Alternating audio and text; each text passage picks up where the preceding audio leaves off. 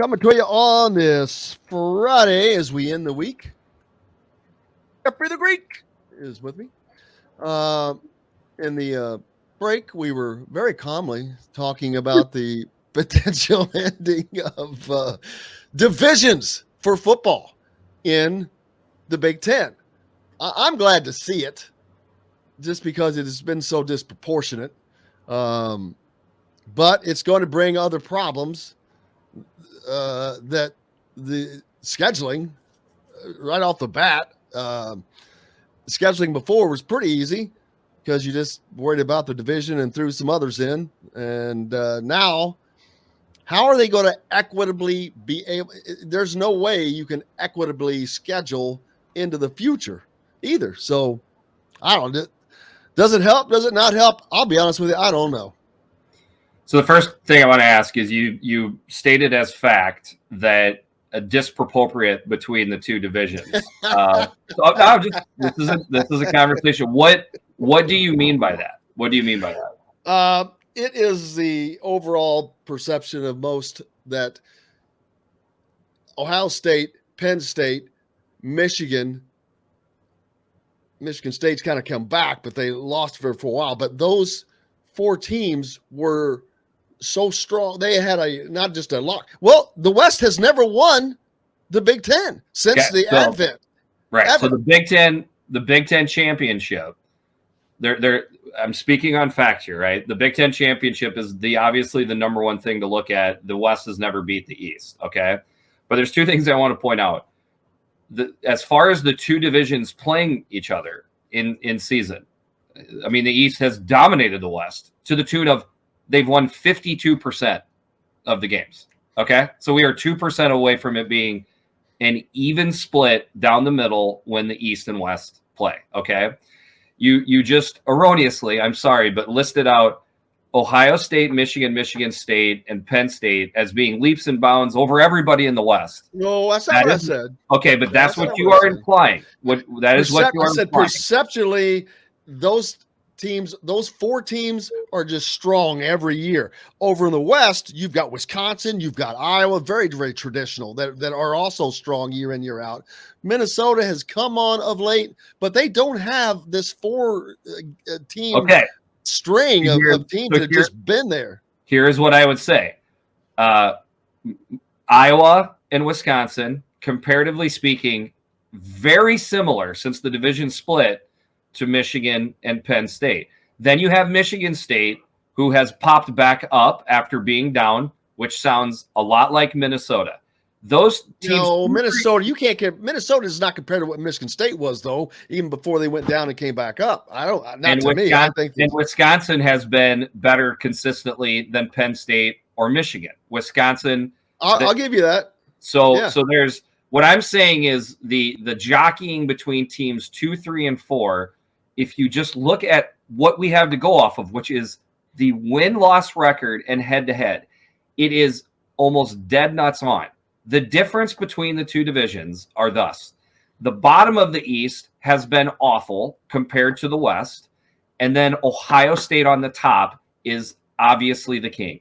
If you switch Ohio State over to the West and you take a team like Purdue and put them over into the East, now the West has won predominantly all the Big Ten championships because it's Ohio State winning them. The only team from the East that has won one has been Michigan State, which won a last-second game over Iowa, and Penn State, which won a last-second game over Wisconsin. All of the domination has happened by Ohio State. If there's anything that I just said that you believe is incorrect, please show me where it's wrong, but that's the facts. That is what's going on. So now we switch to the divisions. Okay.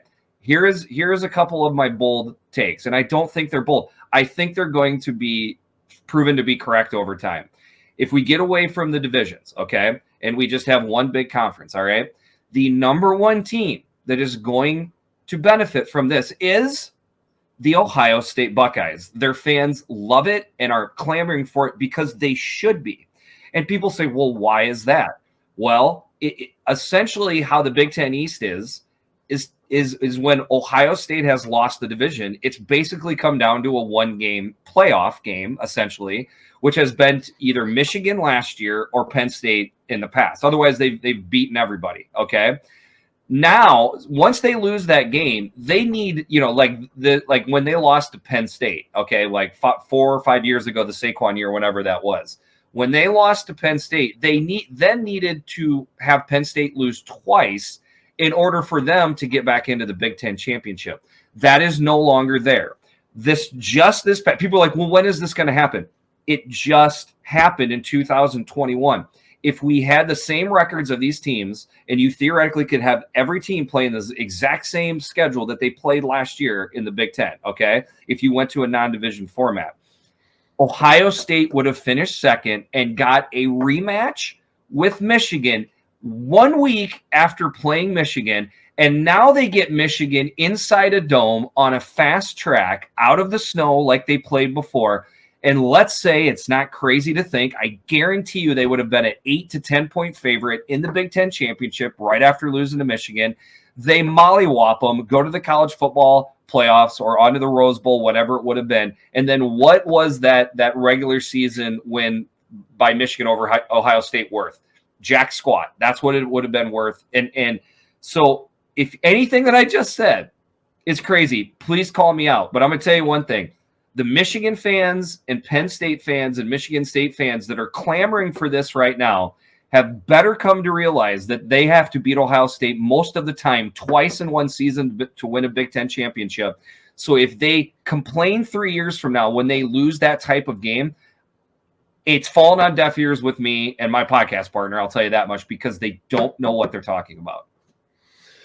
Well, and of course, you have understandably have been watching the West and you hear this stuff and I'm sure they get tired of hearing it, but they've yet to win a championship, and the East has had 3 different programs to do that. I know Ohio State is the juggernaut, and you almost they're so much to the point where you almost have to remove them because they've been at a level where no one else in the conference has really been. They're an anomaly even in the East, but Michigan is the other team. Penn State's the other team.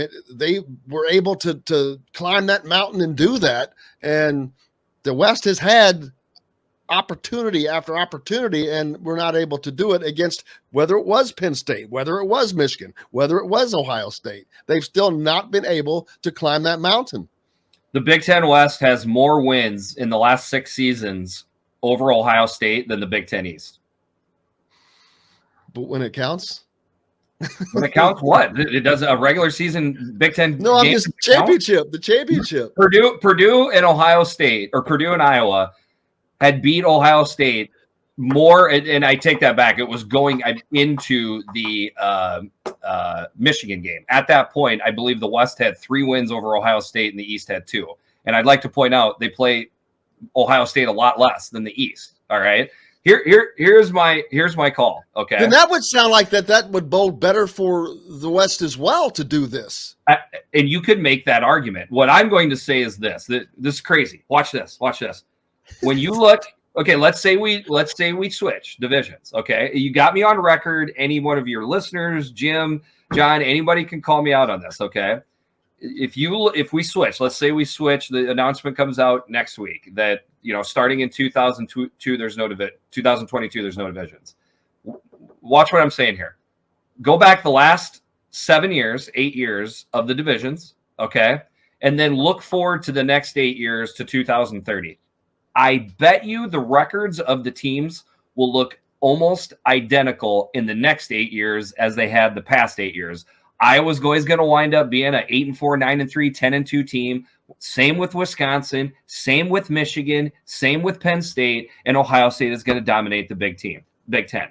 Hardly anything is going to change. Rutgers and Illinois and they're not going to get. It's not going to help their chances to get into the Big Ten championship. It's not going to really hurt them either. Okay, like it's going to look about the exact same moving forward. So we will have proven nothing other than it will eliminate the Big Ten West just bitching and whining, which honestly at this point I'm all here for. And then it will bolster up Ohio State to get in, which is ultimately why the Big Ten wants to do this, because they don't want to lose their shining jewel getting into the college football playoffs. They are going to do whatever they can to prop the best team up to get into the college football playoff, which is exactly what the SEC is doing. So they have sold this like altruistic, we're doing this for the health of the league. BS. They're doing this for the health of the top team in the Big Ten, which is 95% of the time going to be Ohio State.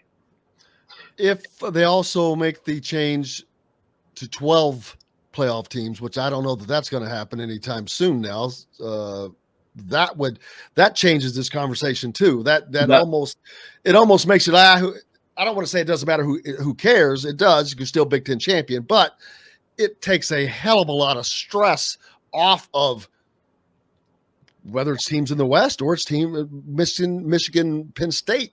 They still have a shot to make the college football playoffs, even if they lose to Ohio State or even if they're not in the Big Ten championship. Again, this doesn't make any sense. So let's say an 11-0 Michigan and an 11-0 Ohio State meet at the end of November. Ohio State wins in a stunner right now, okay? They go into the Big Ten championship and beat the team from the West to finish 13-0. Michigan, therefore, is sitting there at 11-1. That resume right there for Michigan will be enough to get them into the college football playoff if there's 12 or especially 16 teams. So I have no idea how that's going to make any bit of difference. It's going to be about the same. In fact, I feel like I could even make a statement to say it could hurt a team like that more, because you could have, an 11 or a 10-1 Michigan playing an Ohio State team, win that game, but then get beat by Ohio State in the Big Ten championship, finish with 2 losses, and get kicked out of the playoffs. I'm not sure that they're even going to go to 12. Not anytime soon. I mean, and it's funny, the ACC, the team that needs it the most, one of the worst football conferences in the country, now all of a sudden has changed their mind. Oh, no, we don't want to do that, which makes zero sense. The Pac-12 needs it the most because they've been locked out of the playoffs every year since 2014.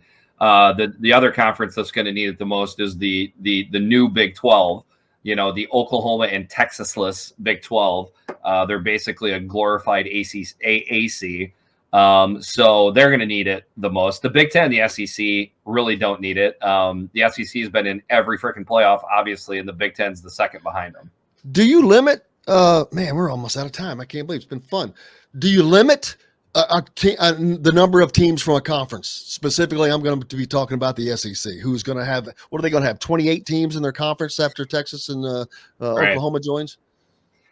I mean, I want automatic qualifiers so that your conference can get in, and I want the first round of games to be on campus. That much I know I am adamant about. So I feel like as long as we get that much, how the chips fall after that is probably something we can all deal with.